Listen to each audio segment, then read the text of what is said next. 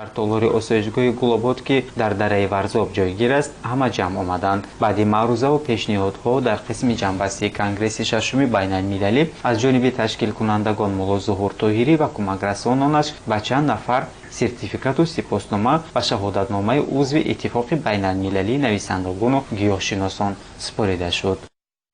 Сертификат выдан Давлатмамадову Шеренбек о том, что он действительно принял участие в 6-м международном конгрессе по практической фототерапии, фитотерапии и обмену профессиональными и научным опытом между специалистами современной традиционной народной медицины.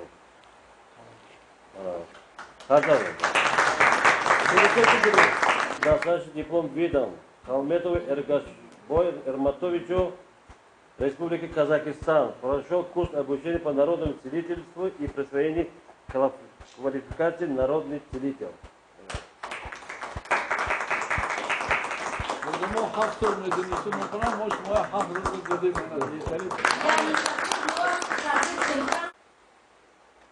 Хасановой Кимсаной. ҳама хурсанд. Шодӣ ба он хотире буд, ки ҳамагон тавонистанд барои худ дар ин конгресс як навоварие карда бошанду бо худ барои табобати беморон баҳри пешгирӣ ва гузарондани корҳои фаҳмондадиҳӣ байни аҳолӣ оид ба гиёҳдармонӣ маълумот гирифтанд. Яъне аз маърузаҳое ки дар ин конгресс шунида шуд, ҳар нафар иштирокчӣ мутаваҷҷеҳ шуд, ки чӣ ихтирооту чӣ пешниҳоди нав дар ин самт ҳаст. Иштирокдорон гиёҳшиносони сатҳи ҷаҳонӣ дар анҷом чанд қарор қабул карданд, ки он ҳам баҳри солимӣ ва дарозумрии сокинони кишварҳои гуногун пешбинӣ шудааст. Ба ҳамагон дӯстон маълум аст, ки аз 1 марти соли давом мо иттифоқи байналмилалии нависандагон ва табибонро таъсис мекунем, ки дар ин иттифоқ роҳбари иттифоқ Мулло Зуҳур Тоҳирро таъин кардем. Дар ҷамъномаи ҳамин аъзоён интихоб шуданд 8 раис Мулло Зуҳур Тоҳирӣ. ва ҳамчунин имрӯз мо аввалин шаҳодатномаи рақами 001-ро ба раиси иттифоқи нависандагон ва табибон дар ҷумҳурии Тоҷикистон Мулло Зуҳур Тоҳирӣ тақдим мекунам.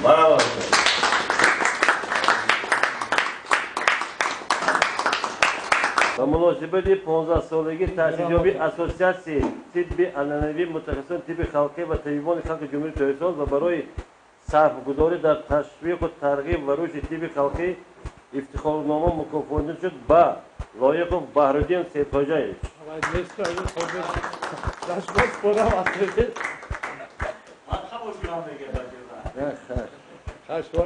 برای که بعضی شما گراموتا هست من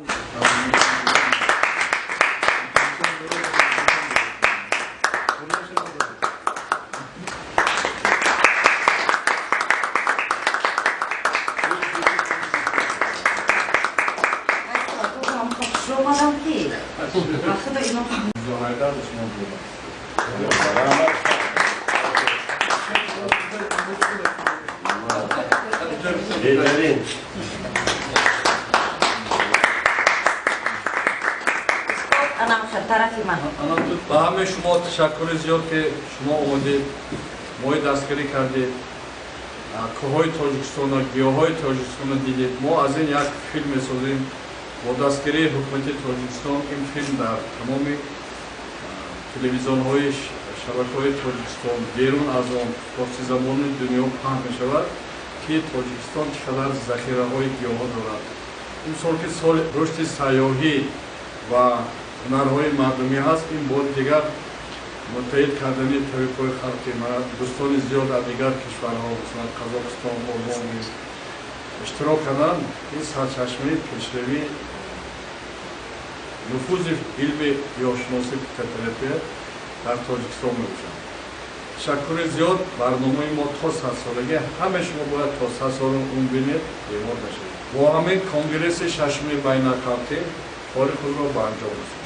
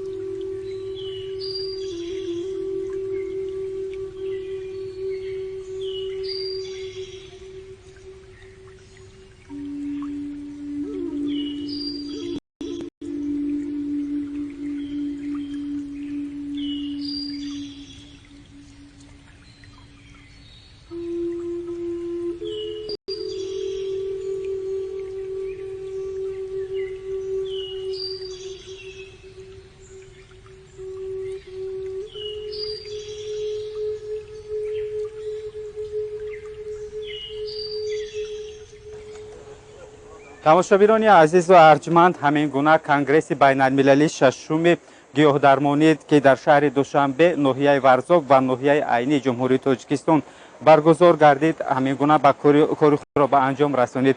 воқеан ҳам бояд гуфт ки гиёҳдармонӣ яке аз соҳаҳое ҳаст ки метавонад имрӯзу фардо ва фардоҳои дигар ба кӯмаки мутахассисони гиёҳшинос ба ҳар як нафар солимиро бахшида бошад.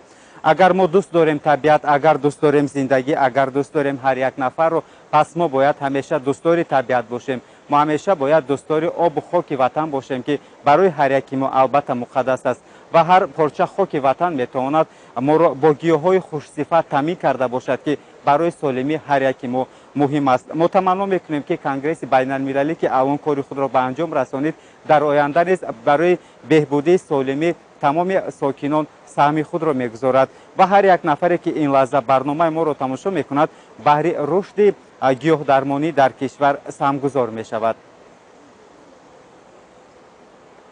баъди анҷоми конгресси шашуми байналмилалӣ мошинҳо бо иштирокчиён ба ҳар самт, яъне қисме ба душанбе, қисме ба фурудгоҳ, чанд нафар ба вилояти мухтори кӯҳистони бадахшон, қисме ба вилояти хатлону шаҳри ваҳдату дараи ромид, чанд каси дигар ба масҷоҳу айниву ашту истарафшану кунибодому ҳисору турсунзода, олмону қазоқистону қирғизистон равона шуданд. мо бошем ба шаҳри хуҷанд.